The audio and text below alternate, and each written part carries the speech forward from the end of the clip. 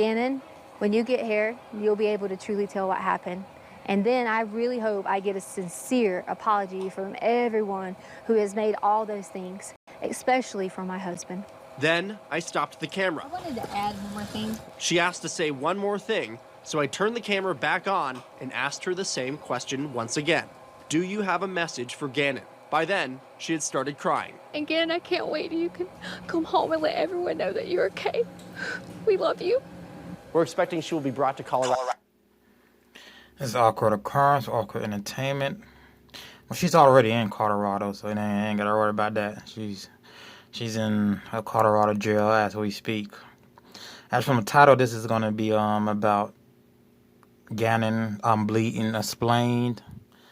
It looks like they may have to use that I'm bleeding part. You know, the part at the end of the video it sounds so robotic. At the end of the video about the carpet burn, it sounds so robotic. It doesn't sound like him, but I guess the defense has to use it, or may have to use it, because it will help the case. And why would it help the case? Well, let's get into the video. And let's play this. Of course, I snatched this from another channel, but it's not their original content. So let's play this. I'm bleeding. Let's play it.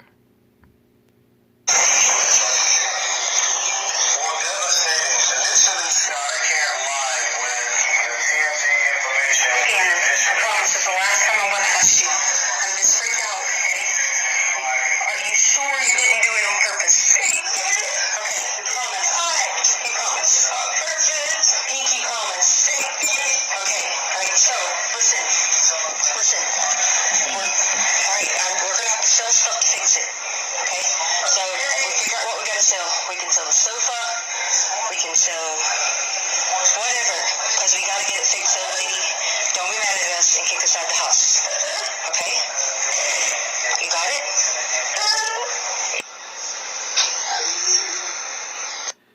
Okay, so there we go with the I'm bleeding part. Now, let's get the explanation to why he was bleeding. And you know, so many that she did something to make him bleed. Me personally, I don't take that I'm bleeding part to be a legitimate source, a legitimate audio part.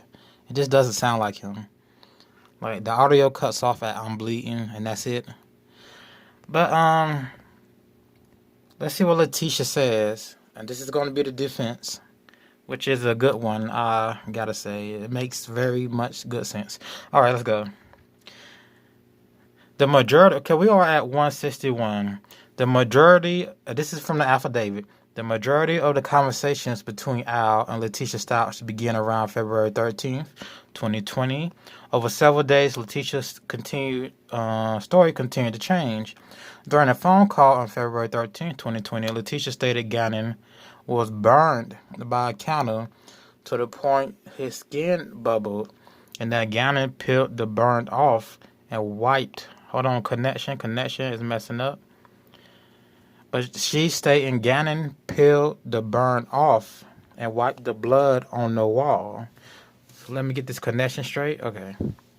Once again, Gannon peeled the blood off, the peel from the dead skin off, wiped the blood on the bedroom wall. Mr. Stauch did not ask about blood on the wall of his room during this call.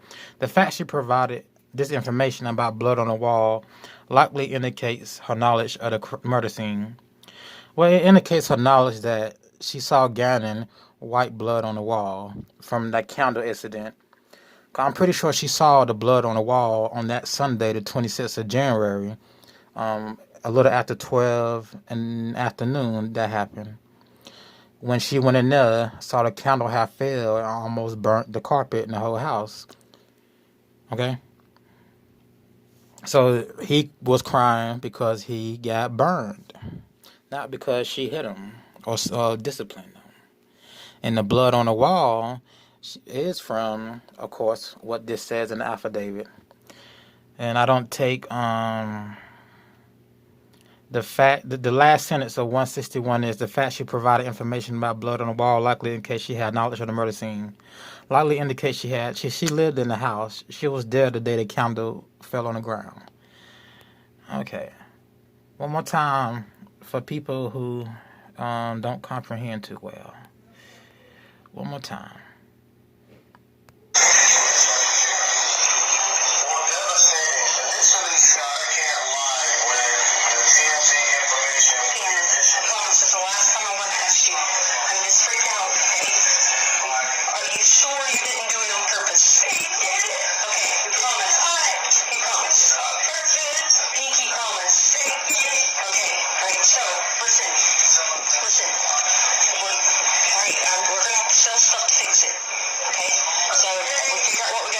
We can sell the sofa, we can sell whatever, because we gotta get it fixed so lady don't be mad at us and kick us out the house.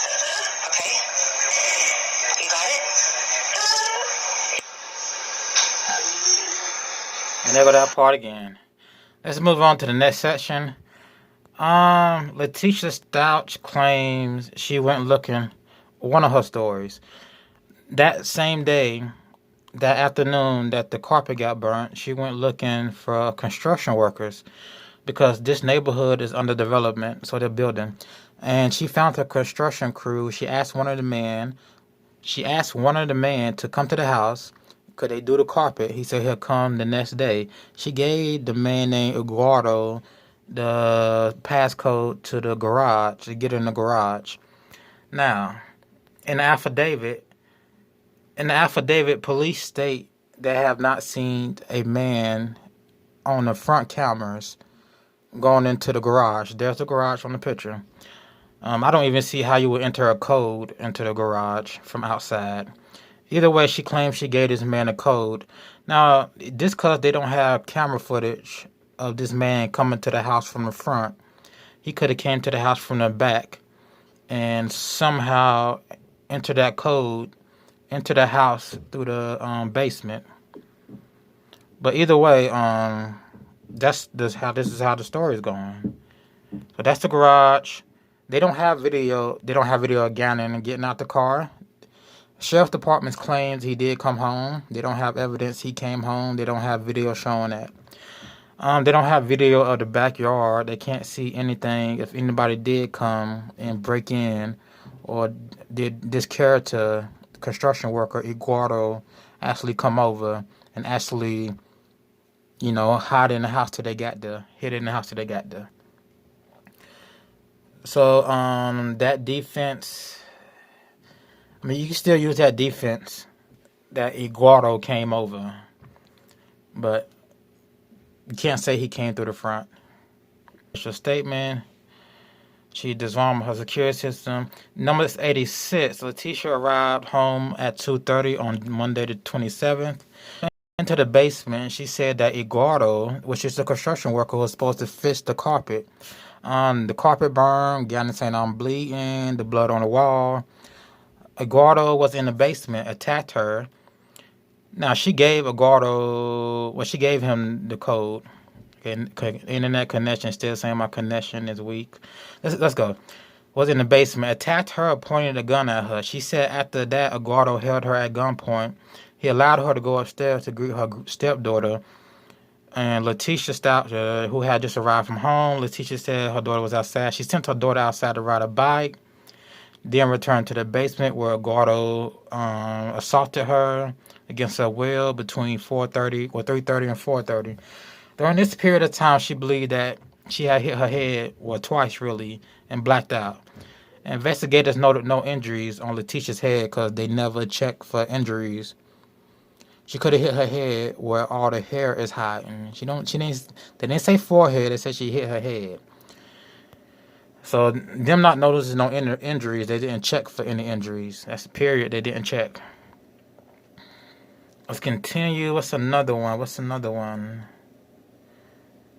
Her story did change about what may have happened. She mentioned some dude named Quincy Brown. Quincy Brown is wanted for not registering as a sex offender and selling drugs. We don't know. We don't know what. I don't know what defense they're going to go with.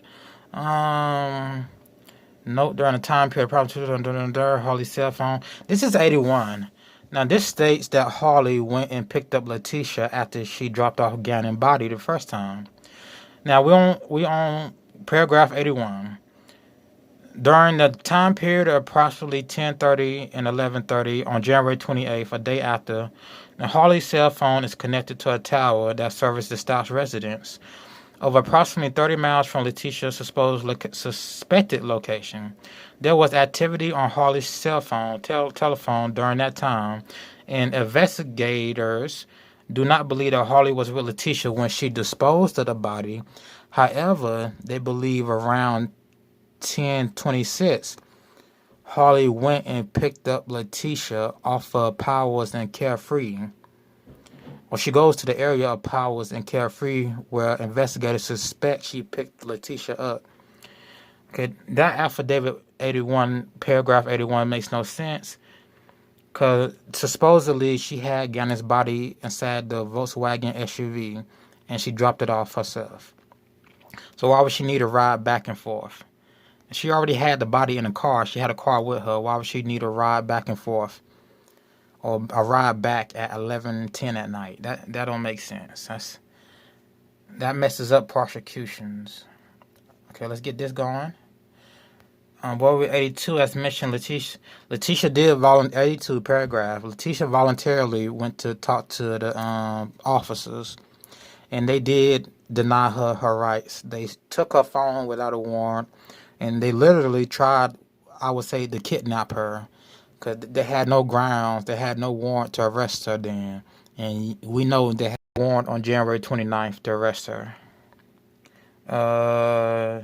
She voluntarily was supposed to arrive at 10 a.m. She came at 12 p.m. It goes on to talk about her washing her car because they think it was blood on it.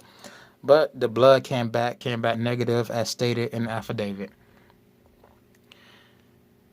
And you can watch my full video on this on my page. It's a 3-hour, 35-minute long video. Then there's a 2-hour, 46-minute video. Had to upload it twice because YouTube is full of shit. Full of it. We did 83. No blood paperwork on her team. And she ended up falling ill at the police station. And they called the medics. Took her to the hospital. And the police complained about her leaving on her own free will. She was not under arrest. She came to do voluntarily came to do an interview with you guys. And she gave her account of events. And you guys violated her rights as stated in the affidavit. They don't say it word for word, we violated her rights. When you read this affidavit, you can clearly see they violated her rights. Okay. Don't be stupid here. That's gonna cast more doubt that she's innocent. It's gonna cast more doubt to find her innocent, not guilty. 159, investigators conducted several, can monitor telephone calls. They had a wiretap on her. Okay, I already did this. This is when she was talking to Al about the blood on the wall coming from the candle. Gunpoint rate was abducted by her. And, of course, the Sheriff's Department believes he did come home, but the Sheriff's Department has no evidence. So both Leticia and the Sheriff's Department agree he came home. Let's see if that defense changes. But so far, prosecution cannot rely on Robert Drayton's testimony.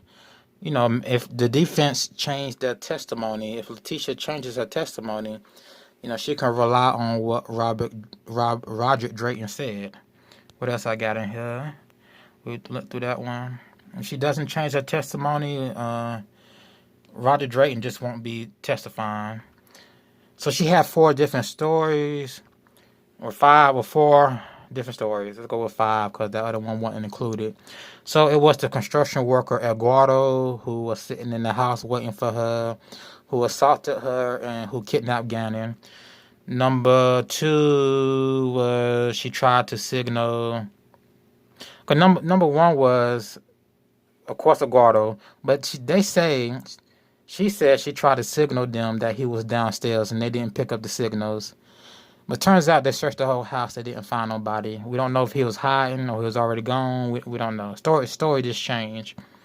Number 2, she was raped by Quincy Brown at her residence, and she claimed Quincy abducted Gannon. Number 3, she claims Quincy Brown again is a person of interest, and he followed her from Petco. Number 4, she claims Quincy Brown kidnapped Gannon off of Highway 105. And that's going to make jurors scratch their head. Okay. What else we got here? I'm trying to get through this course. Look, 1, 2, 3, 4 stories all going to make jurors scratch their head, but it's not necessarily... You can't say guilty on that. I just don't see them saying guilty because the story changed 4 times. And especially since the police department has a bunch of speculation and theories themselves. Let's get to this video. We really don't need to play this, but let's play it.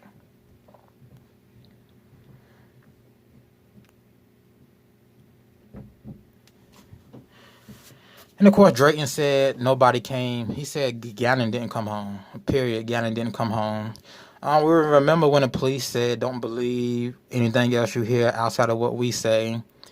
So the police says Gannon did come home. Drayton says Gannon didn't come home. Police said Gannon did come home. Leticia said Gannon did come home.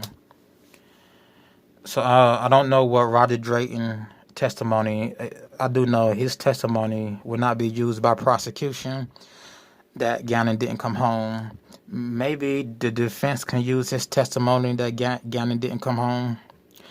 But the sheriff's department cannot find any other video angles to verify Gannon came home. They just can't. They're speculating he came home. And we all know this is just them going back and forth to the car, getting in the car, pulling off. And you remember everybody made videos, not everybody. People made videos trying to analyze did Gannon get out the other side of the car. That was to no avail.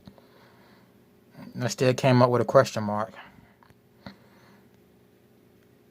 So you have a witness said he didn't come home. You have the mom, the stepmom, and the police saying he did come home, but they both have theories of what happened. Police are blaming Leticia for it. They say Leticia killed them in the house, but they don't have the gun. They don't have gun residue, gunpowder nowhere, ballistics. They don't have a knife. The 2x4, they do not say she used that to hit him with. They just say his blood got on that when she loaded his body in the freaking Volkswagen SUV. That's what they claim. That's not the truth so far. That's what they speculate. It's a lot of speculation in this affidavit. A lot of speculations, a lot of theories, which I guess is a part of an investigation. It's to throw together a bunch of speculation and theories and try to make it stick, which is going to be a problem. This shit is not going to stick. It's so much doubt on both sides. It's just too much doubt on both sides. It's just too much. In this affidavit alone, you just can't find her guilty. The police theories, you're scratching your head at the affidavit like, well, that doesn't make sense, what they're trying to speculate. Then Leticia's side of things, well, that doesn't make sense, what she's trying to speculate either. So none of them make sense 100%. To say she's guilty or not guilty. So you have to go with not guilty, because even the police department, again, the police department in this affidavit, it's a no-go. It's a no-go. They was able to obtain an arrest warrant with this, but they're not going to be able to obtain a conviction with this. And we will see if they gather any more evidence, if they find any murder weapons, which there's no sign of them searching anywhere. And there's no sign they're still searching for weapons or anything. All right, I'm going to go ahead and end this out because I'm not trying to make this long. I'm not trying to make this long. All right. Been Awkward Occurrence, Awkward Entertainment. And I will see you in the next video. The rumors have gotten so bad. I pretty much have been told at least 10 different ways that these people have these conspiracy theories. I guess they watch a lot of law shows and maybe they have all these theories on how Gannon is dead. And that's what they're saying. So I'm like, why are you saying Gannon is dead? He is not dead. We are going to find Gannon. And that's the main... Would you even care? I really hope I get a sincere apology from everyone who has made all those things, especially from my husband. We just wanted to add a message to Gannon from my family, is that we love you and miss you, and we hope that you come home soon. And Gannon, I can't wait till you can come home and let everyone know that you're okay. We love you. And get ready to write those apology letters.